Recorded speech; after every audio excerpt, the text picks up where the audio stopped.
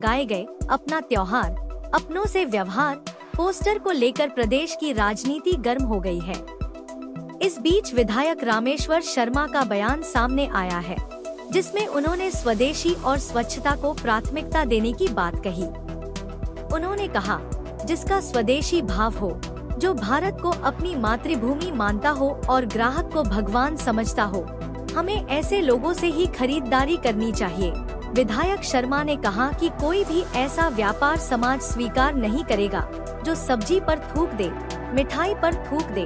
उन्होंने साफ कहा कि जिसका सामान स्वच्छ और सुरक्षित होगा, जनता उसी से खरीदारी करेगी।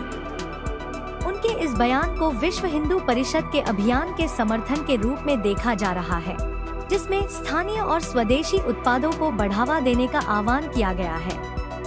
हालांकि इस अभियान को लेकर विभिन्न वर्गों में मतभेद भी सामने आ रहे हैं। जिनके अंदर स्वदेशी भाव है, जो अपनी भारत माता को और हिंदुस्तान को अपनी मातृभूमि मानते हैं, जो इस देश के लिए जीते हैं और इस देश के लिए मरते हैं, उनसे पटाखे भी खरीदो, उनसे फुलझड़ियां भी लो, उनसे मिठाई भी लो, उनसे दिए भी लो, उनसे जो है सजाने के लिए झालर भी लो।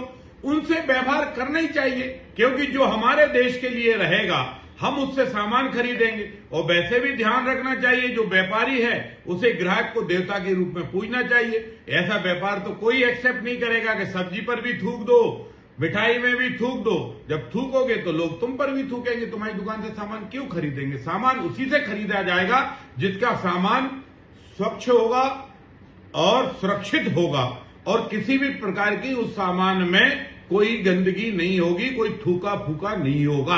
उसी से सामान खरीदा जाएगा। और इसलिए स्वदेशी व्यवहार है, जो भारत के लिए लाड करते हैं उनसे सामान खरीदने में कोई आपत्ति नहीं है। आज की खबरों में बस इतना ही। जल्द होगी मुलाकात, तब तक के लिए नमस्कार।